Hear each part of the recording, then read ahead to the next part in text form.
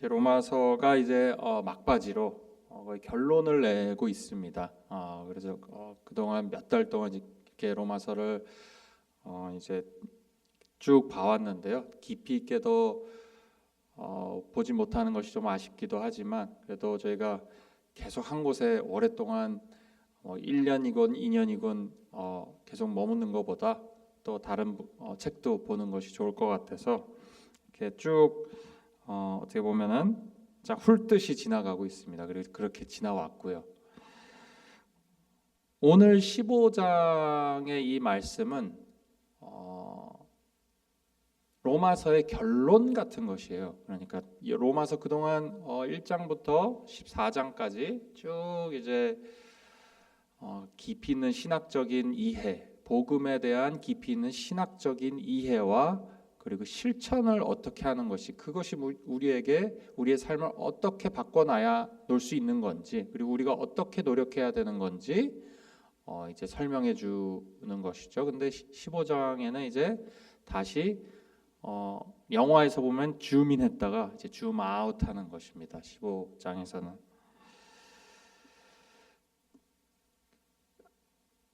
지금까지 다룬 말씀을 이 다른 사람, 이 로마인과 로마에 있는 유대인 출신 그리스도인과 이제 젠타일이죠. 이방인들, 로마인들, 그리스도인들 사이의 관계를 위한 것입니다. 초반에 제가 말씀 전할 때 제가 얘기를 했었던 걸로 기억합니다. 결국 로마서는 신학적인 깊이뿐만 아니라 우리의 삶을 바꾸기 위한 책이에요. 무엇보다 우리 관계, 교회 안에서의 관계에 중점이 있습니다. 로마서.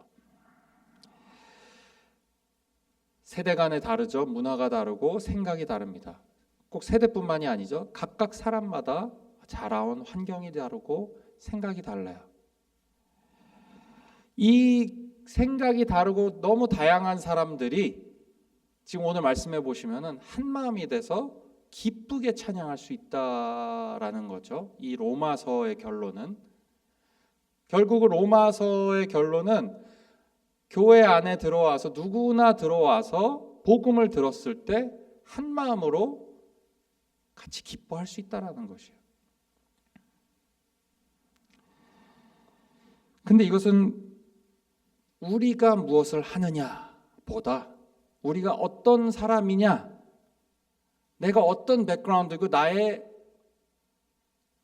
사회적 지위나 나의 성공 여부, 내가 얼마나 재물이 있냐, 내가 얼마나 지적 수준이 높냐 낮으냐에 달려있지 않다라는 것이에요. 이 기뻐할 수 있는 근거가 내가 무엇을, 사람이 여기 모인 사람들이 공통적으로 같이 무엇을 하기 때문에 기쁜 것이 아니라는 것이죠. 물론 그것에 기쁨이 있습니다. 서로 교제할 때 기쁨이 있죠. 하지만 궁극적으로 우리가 개개인의 기쁨이 충족되는 것은 내가 무엇을 해서가 아니라 하나님이 여기서 결국 교회 안에서 하시는 일 때문에 그렇다라는 걸 오늘 알 수가 있어요. 내가 하는 것에서만 기쁨을 내가 얻으려고 한다면 어떻게 되죠? 내가 하는 일이 없어졌을 때 그 기쁨이 없어져요. 그리고 내가 무언가를 하는 것을 잘하는 것에 내가 의미를 가지고 그거에 대해서 기쁨을 얻고 뿌듯함을 느끼는 것만 있다면은 내가 잘 못한다고 생각할 때 기쁨이 없어지겠죠. 그러니까 어디서나 마찬가지인 이야기입니다. 하지만 교회에서는 우리가 기뻐할 수 있고 행복할 수 있는 근거는 결국은 인간에 달려있지 않고 하나님이 우리 안에 무엇을 하시냐에 달려있다는. 그러면 보통 우리는 교회에 와서 사람들의 모임이라고 생각할 수 있죠. 여기서 우리가 기억해야 되는 것은 같은 믿음을 가진 것조차도 우리를 하나로 묶어줄 수 없을 때가 있어요. 다 그 교회 안에서도 싸우고 이제 갈라지고 그런 얘기들을 많이 듣습니다. 나가고. 근데 결국 물어보면 다 개개인적으로 같은 믿음이 있어요. 예수 그리스도의 복음을 잘 믿어요. 그런데도 불구하고 싸우고 나갑니다.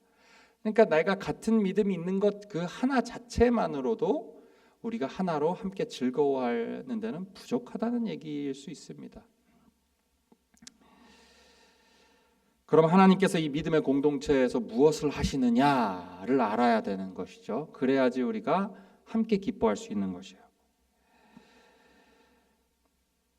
하나님께서 우리 가운데 우리를 하나로 묶으시고 우리가 하나 되게 해주는 것, 우리에게 하나 되게 할 수 있게 해주시는 일은 바로 오늘 본문에서 할 수 있는 것은 마음의 할례예요. 마음의 할례.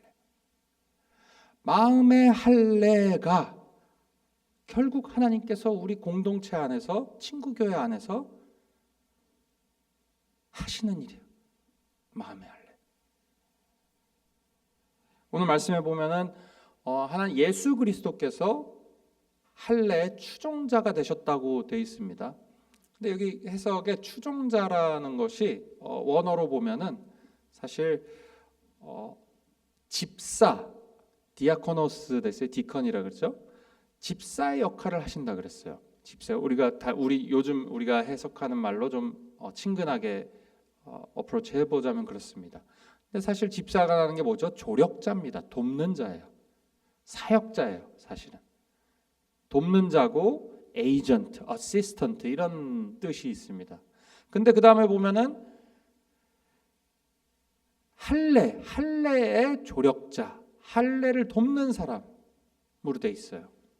그러니까 여기서 보면은 결국은 마음의 할례를 하시는 분이 예수 그리스도가 우리의 마음의 할례의 사역자, 전문 사역자를 보내주신 거나 마찬가지예요. 우리 마음 안에 하나님께서 풀타임 전문 사역자로 예수님을 그 아들을 보내주신 거나 마찬가지예요. 그 정도로 하나님이 굉장히 진지하신 거예요. 이 마음의 할례, 우리 개개인의 마음의 할례. 이 마음의 할례가 다양한 사람들을 하나로 묶어주는 것입니다. 그리고 이것은 예전부터 봤지만 언약의 자녀들에게 주어지는 언약의 표시이기도 하죠. 우리가 처음 믿기 시작했을 때 마음의 할례가 완전히 재부팅된, 컴퓨터가 재부팅되는 것처럼 완전히 바뀝니다. 마음이. 내가 어디에 끌리는지가 바뀌어요. 성격이 바뀌어요. 자석처럼 이제는 내가 죄가 죄된 것을 모르고 죄에 계속 끌려서 거기에서 있었다면은 이제는 하나님이 마음의 할례를 처음에 믿는 순간 성령의 능력으로 하셨을 때 이제는 하나님의 은혜와 그런 사랑과 선한 것에, 의로운 것에 끌린다는 거예요. 내 마음이 그렇게 변한다는 거죠. 처음에 이거는 사람이 할 수 있는 일이 아니죠. 성령의 능력으로 슈퍼내추럴 한 힘입니다. 하지만 그 다음에 또 할례는 계속돼야 돼요. 왜 그러죠? 우리가 불순종을 하는 그 죄성이 있기 때문이에요. 그렇기 때문에 마음의 할례는 처음에 드라마틱하게 이루어지는 일이기도 하지만 그 다음에 계속해서 우리가 신앙이 자라나감에 따라서 계속해서 점진적으로 이루어져야 되는 것이에요. 내가 저기 하나님의 사랑과 의를 해야 되는 건 아는데 한쪽에서는 내가 죄성이 하기 싫은 거예요. 그랬을 때 하나님께서 성령의 능력으로 우리가 계속 선한 쪽으로 하나님의 의롭고 하나님을 사랑하는 쪽으로 갈 수 있도록 우리가 순종하게 만드는 것이 마음의 할례라고 할 수 있습니다.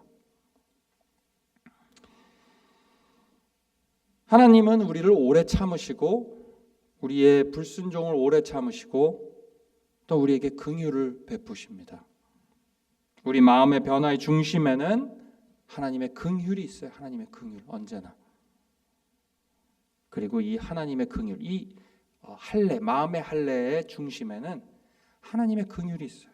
긍휼이야말로 하나님의 자녀를 하나로 묶는 그것입니다. 하나님이 긍휼하신 하나님. 결국 하나님이 우리 안에 하시는 일은 우리의 마음에 그분의 긍휼함의 그 깊이, 그리고 높이, 그리고 넓이와 길이를 체험적으로 경험하게 해서 나도 그분처럼 긍휼할 수밖에 없게 만들어 주시는 거예요. 이 성화라는 것도 그렇습니다. 성화의 결과가 눈으로 보여질 수 있는 어떤 결과가 무엇이죠? 긍휼해지는 거예요. 우리가 긍휼한 마음이 더 커지는 거예요. 그러기 위해서는 첫 번째로 우리 개개인이 긍휼을 경험해야 됩니다. 자주 경험해야 돼. 하나님의 긍휼을 개개인이 자주 경험하고, 그리고 결국은 이것이 우리의 개인적인 신앙생활, 그리고 공동체적인 신앙생활에 가져야 하는 궁극적인 소망이 돼야 돼요. 이 하나님이 긍휼하시기 때문에 내가 긍휼하게 변해가는 것이, 나중에도 말하겠지만, 궁극적인 우리의 목적과 소망이 돼야 돼요. 그러면 이렇게 두 가지 보겠습니다. 첫 번째로 개인적으로 어떻게 긍휼이 우리가 경험하면서 살 수 있을까? 두 번째는 공동체적으로 어떻게 긍휼함을 우리가 실천할 수 있을까? 먼저 우리가 긍휼하지 않았을 때, 마음의 할례가 이루어지지 않았을 때 벌어지는 일들이 있어요. 당연히 싸움이 많죠. 마음의 상처가 회복되지 않아요. 관계에서 오는 상처들 회복되지 않은 채로 그대로 있습니다. 마음의 할례가 이루어지지 않고 하나님의 긍휼을 경험하지 않으면 개인적으로 겉과 속이 다른 그런 히포크리시를, 위선적이고 외식하는 생활을 할 수밖에 없어요. 긍휼을 경험하지 못하면 그렇습니다. 하나님이 아닌 자기 생각, 어떤 체면, 관습, 그런 사람들의 눈에 더 예민해져요. 하나님의 긍휼을 경험하지 못하면은 이 긍휼이라는 것 자체가 인간 속에 내재되어 있지 않습니다. 죄인의 마음에 긍휼이 없어요. 자격지심이 오히려 있죠. 긍휼이 마음보다는. 아담 때부터 그랬습니다. 삶 속에서 사랑, 어떤 의로움, 그런 자비를 경험하는 기회가 없어요.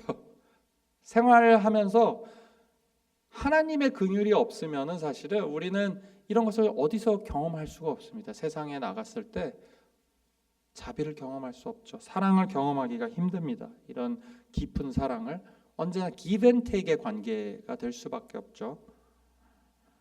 그리고 자기의에, 그렇기 때문에 자기의에 빠지기 쉬워요.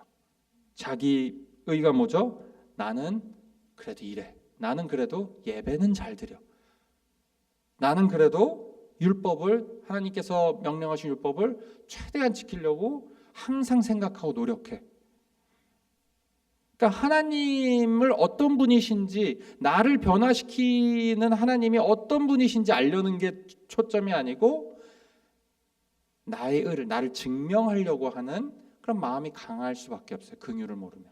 착각이죠. 그러니까 긍휼을 모르기 때문에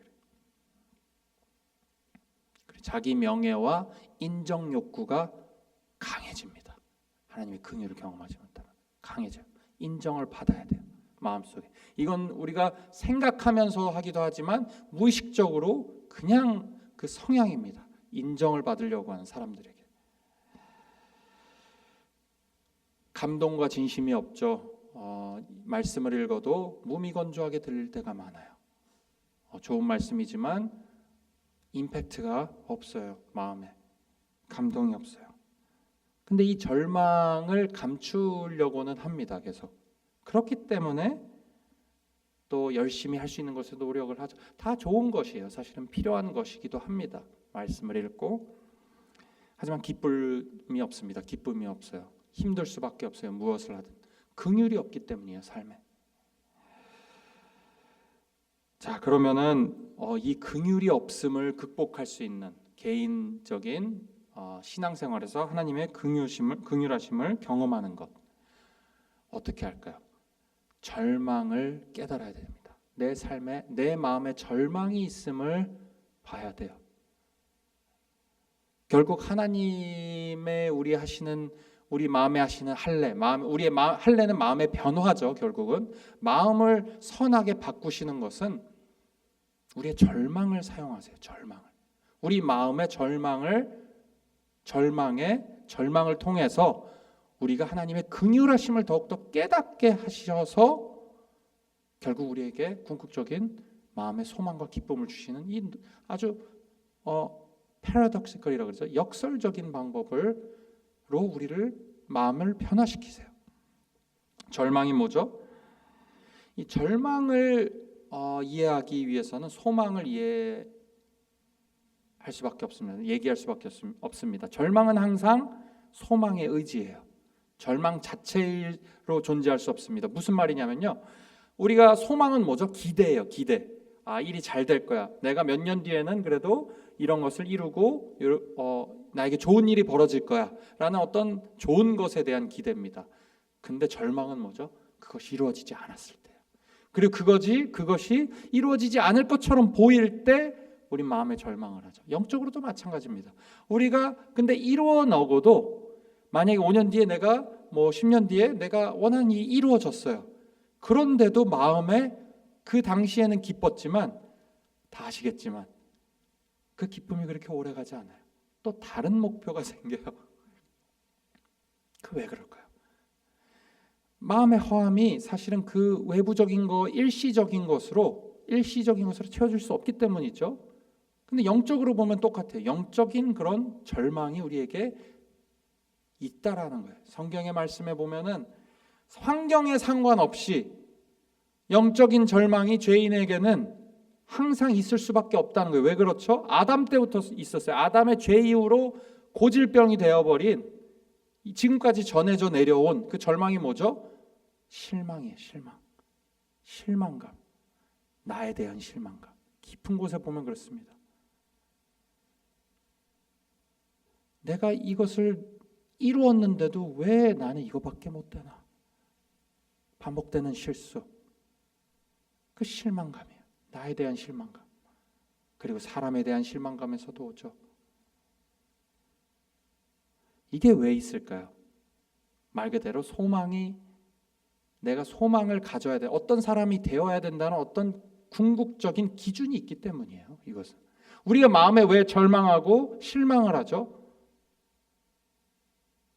우리의 마음이 사실은 마음에 문제가 있다는 얘기예요. 사실은 의롭게 지어졌고 의를 추구하고 궁극적의 선에 맞춰져야 되는 건데 그렇지 못하기 때문이에요. 하나님의 의죠. 하나님의 의. 조금 어려울 수 있습니다. 하지만 사실은 우리가 실제적으로 물질적인 소망을 가지고 노력했을 때 방금 말씀드린 것처럼 그것을 얻지 못했을 때 실망감을 느끼는 것처럼 우리도 하나님의 의가 우리 마음속에 기준이 있어요. 어떤 것이 선하고 어떤 것을 행해야 됐을 때 나에게 내가 의롭고 인정을 받은 것이라는 행복할 수 있다라는 어떤 만족감이 들어야 되는데 듣지 않는 것이죠. 그것이 절망을 하게 합니다. 우리한테. 영적으로 부적격자라는 것이 마음속 깊은 곳에 있어요. 근데 하나님은 이것을 고아와 같이 우리를 내버려 두지 않으신다는 것을 우리가 인지하고 그것을 우리가 들여다봐야 합니다.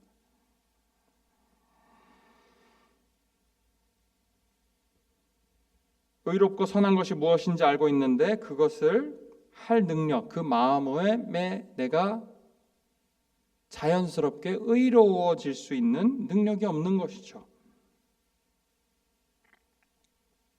나의 내면의 절망을 대면해야 됩니다. 나의 내면의 실망, 열심히 사는 것, 최선을 다하는 것으로는 이것이 볼 수가 없어요. 나의 마음에 영적 문제들, 교만, 불안, 욕심, 음란함 이런 것들이 다 영적인 절망의 결과들이 심텀들이에요. 자꾸 그런 것을 생각하고 내가 작은 것에 욕심 부리고 집착하고 이런 것들이 영적인 불안함을 해소하기 위해서 내가 자연스럽게 마음속에서 하는 일들이에요. 근데 이것이 소망이 될 수 있대요, 여러분. 이것이 소망이 될 수 있어요. 우리 오히려 이 영적 절망이 우리의 그런 모습들을 인지하는 것이 우리에게 소망을 준대요. 이게 무슨 얘기일까요? 내면의 절망은 우리의 내면의 문제를 가려주는 가짜 인스턴트 소망들을 없애줍니다. 내면의 절망을 우리가 인지했을 때, 그리고 하나님의 긍휼을 바라보게 하죠. 우리의 비참함이 하나님의 긍휼을 불러일으켜요. 이게 어떤 예를 들면요, 아이가 감기가 독감에 걸렸어요. 독감에 걸리면 어쩌죠? 열이 올라요. 그리고 목이 아픕니다. 너무너무 힘들죠. 울죠. 어떻게 할 수가 없죠. 본인 스스로 낫게 나아라 하면서 나을 수가 없는 상태죠. 그것을 보는 부모의 마음은 어떻죠? 마음이 찢어집니다. 약을 주고 약을 발라주고 해도 감기는 어떻죠? 약이 없어요. 그냥 증상 완화예요. 조금 덜 아프게 해주는 거예요. 어떻게 해주죠? 꼭 안아줄 수밖에 없어요. 손을 뽑아서. 그게 하나님이 우리에게 바라보시는 마음이에요. 우리가 절망하고 하나님 앞에 그걸 가져가고 나는 이거밖에 안 됩니다. 나는 도움이 필요합니다. 라고 하나님께 엎드려서 나아갔을 때 하나님께서 우리를 그렇게 바라보신다는 거예요. 긍휼의 마음. 그게 하나님의 긍휼입니다. 그렇기 때문에 그 긍휼하게 우리를 바라보시고 열정적으로 우리를 치료하시는 하나님이 계시기 때문에 우리에게 소망이 되는 것이에요. 그것이 절망이 있을 때마다 우리가 그걸 가져갔을 때 하나님께서 우리를 그렇게 싸매신다는 것이에요. 그것이 우리에게 소망이 된다는 것이에요. 그렇기 때문에 우리 그리스도인들만이 가질 수 있는 특별한 소망이에요. 절망했을 때 절망의 끝으로 치닫지 않고 우리가 오히려 절망을 뒤집기 하듯 소망으로 바뀌어질 수 있는 것은, 소망이 되는 것은 하나님의 긍휼하심이 있기 때문이에요.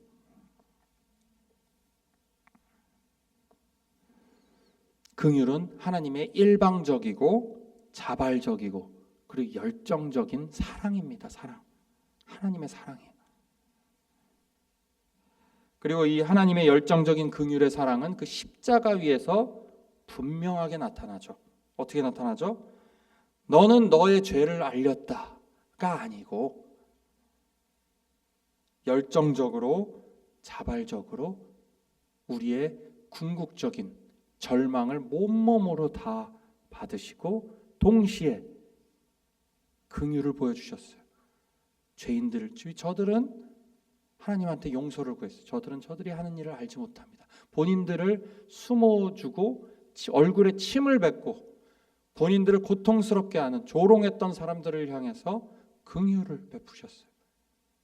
그것이 그리스도의 십자가를 보면 하나님이 어떠신 긍휼이 어떤 건지, 어떤 캐펙슬인지, 어떤 용량인지를 우리가 알 수 있습니다.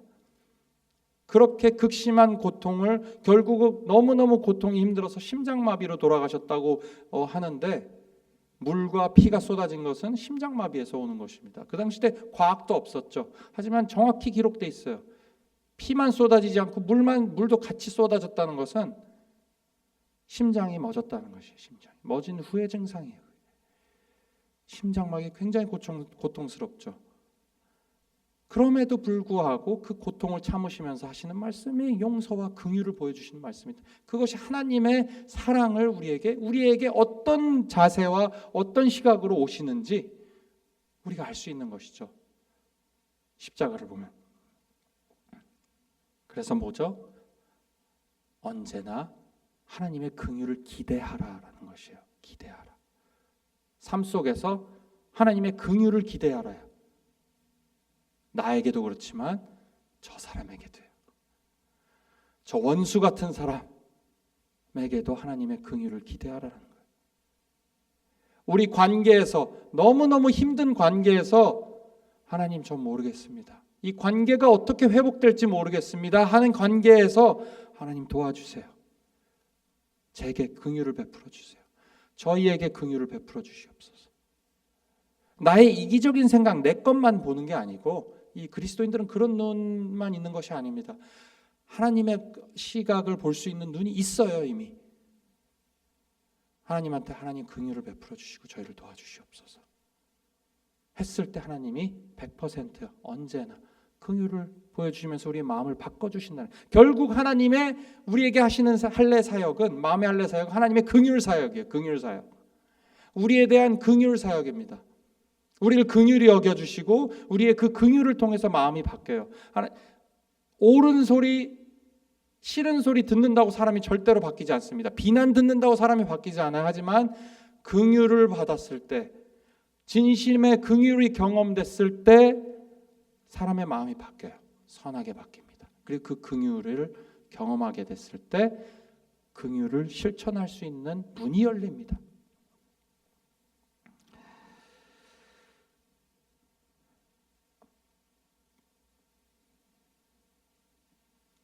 이렇게 했을 때 우리에게 이것이 소망이 됩니다. 여기서 한 가지 더 소망에 대해서 얘기할 것이 있습니다. 단순히 내가 변화되었다는 것 자체가 소망일 수 있겠죠. 그런데 소망은 아까 말씀드린 대로 기대입니다. 기대. 그렇다면 우리가 영적으로 무엇을 기대하냐? 라는 것이 우리에게 소망에 대한 정의를 내려줄 수 있겠죠. 소망이 굴국적으로 우리가 마음에 하나님의 긍휼하심을 경험하는 것, 이것이 우리에게 소망을 준다 그러는데, 그럼 어떤 소망일까요? 소망의 결론은 무엇일까요? 우리를 이 고난과 이런 절망보다 하나님의 긍휼하심을 통해서 선하신 마음, 평안한 마음이 우리에게 깃드는 것, 그것은 첫 번째로 뭐죠? 절망보다 하나님의 성령이 주시는 평안의 힘이 더 크다는 것이에요. 이길 수가 없습니다. 절망한 마음이, 죄악이 이길 수가 없어요. 하나님이 주시는 능력을. 그 말은 더 뭐죠? 언젠가는 절망이 완전히 사라질 날이 올 거라는 것이에요.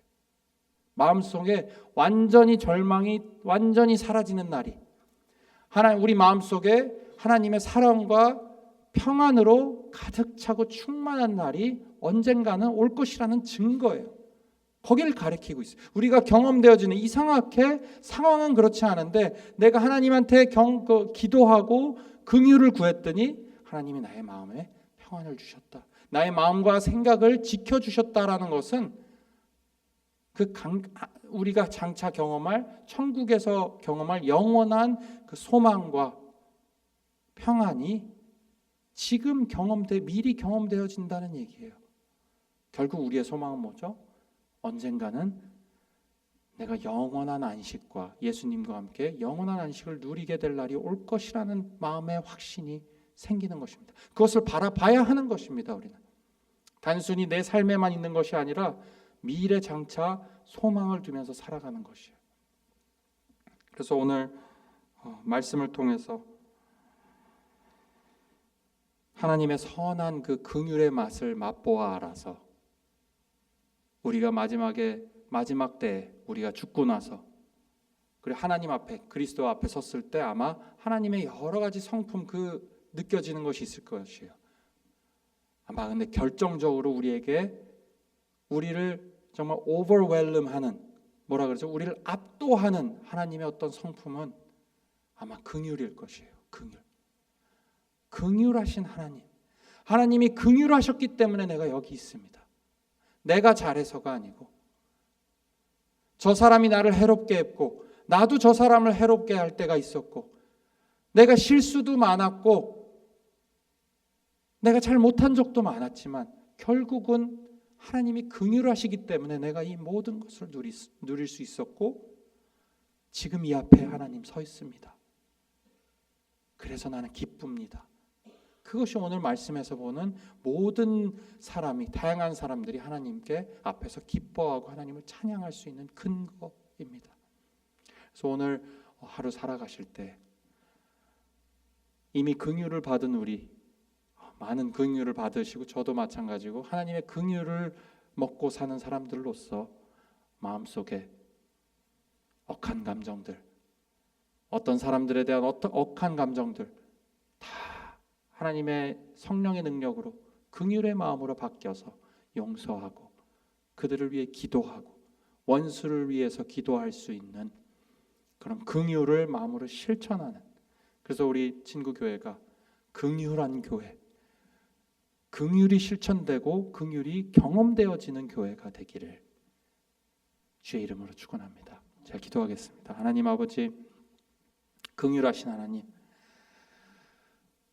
주님이 긍휼하시기 때문에 저희가 여기까지 왔고, 주님이 긍휼하시기 때문에 저희가 이렇게 변화되었음을 마음의 진심으로 고백합니다. 때로는 우리가 죄인들끼리 살아가는데 그 죄인을 사랑하기가 어려울 때가 많습니다. 하지만 하나님 여전히 긍휼하시고 그런 긍휼하신 하나님을 기대합니다. 하나님의 긍휼 사역, 열정적인 긍휼 사역을 우리가 다시 한번 목도합니다.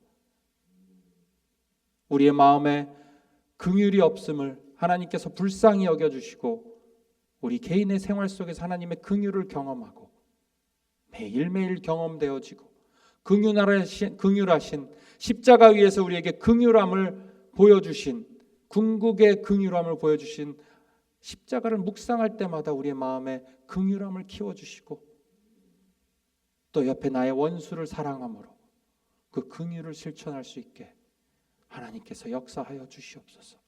예수 그리스도의 이름으로 간절히 기도드리옵나이다. 아멘.